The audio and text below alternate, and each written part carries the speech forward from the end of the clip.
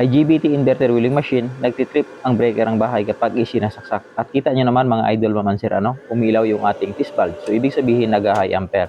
Kaya kapag mayroon kayong ganito lang po ang dapat nyo gawin. Buksan nyo lang po yung unit, hanapin nyo yung IGBT at gamit yung multi-tester, i-test nyo yung pinaka-papo nito, At kung makikita nyo mga idol mamansir, yung reading na nasusukat po natin, doon sa kanyang gate at saka emitter ay nasa 3.1 ohms. So, na dapat ay nasa more or less 20 ohms sana. Kaya kapag ganito, 100% na sure na po yung IGBT po na ito. At dito naman sa pangalawang IGBT, ay nasa mega ohms yung nasusukat natin. Na dapat din sana ay nasa more or less 20 ohms. At ang dahilan kung bakit nag-trip yung breaker ng bahay ay dito sa ilalim, na mayroong 3.4 ohms, So, ibig sabihin sure. At sa mga nagtatanong, kung ano po bang itsura ng IGBT, at saan po ba ito matatagpuan, So, ngayon ay tatanggalin po natin itong pinaka mainboard at pagkatapos tatanggalin natin itong kanyang pinaka IGBT. At bali ito na po yung IGBT mga idol na sinukatan po natin kanina. Itong dalawa po na ito wala na pong heatsink. So bali ito at ito, At kita niyo naman mga idol, So itong isang IGBT ay nibiyak na talaga, At nadamay na rin at nasunog itong katabi na resistor.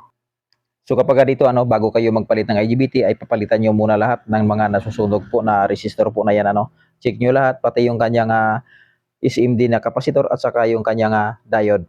At sa mga hindi nakakaalam ng mga value ng mga SMD na resistor po na ito, at ito may ipakita po tayo na simple na schematic diagram ng inverter wheeling machine po na ito mga idol, para po hindi po kayo mahirapan, para sa mga baguhan po natin ng mga kaibigan ng mga technician. Bali dito po sa banda ng gate ng ating IGBT, yung kanyang gate resistor, yung may sunog kanina na nakikita po natin. Kaya ngayon ang gagawin po muna natin dito ay palitan yung resistor na sinasabi ko, So pagkatapos ay saka po natin lagyan ng panibagong IGBT. At ang pinakamahalagang bagay mga idol na dapat po natin gawin, so gamit yung analog multi-tester ay susukatan muna natin yung gate at saka emitter. So dapat may masukat po tayo na more or less 10 basic kagaya po na nang susukat po natin, Ang ibig sabihin ng po niyan mga idol, ay gumagana yung ating PWM at yung mga resistor na pinalitan po natin kanina ay napalitan po natin lahat. At kasama na doon yung SMD na capacitor at saka yung diode. Sa ganitong pamamaraan ay makasigurado po tayo na safe na yung IGBT na ikakabit po natin. At ito po pala yung IGBT na halos ginagamit ko mga idol sa lahat ng nire-repair ko ng mga inverter wheeling machine.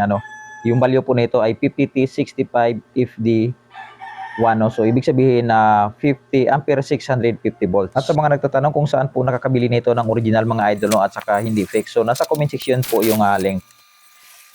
At pagkatapos po natin na mapalitan yung IGBT, yan na po ang resulta. Nagkaroon na po ito ng output na 66.9 VDC.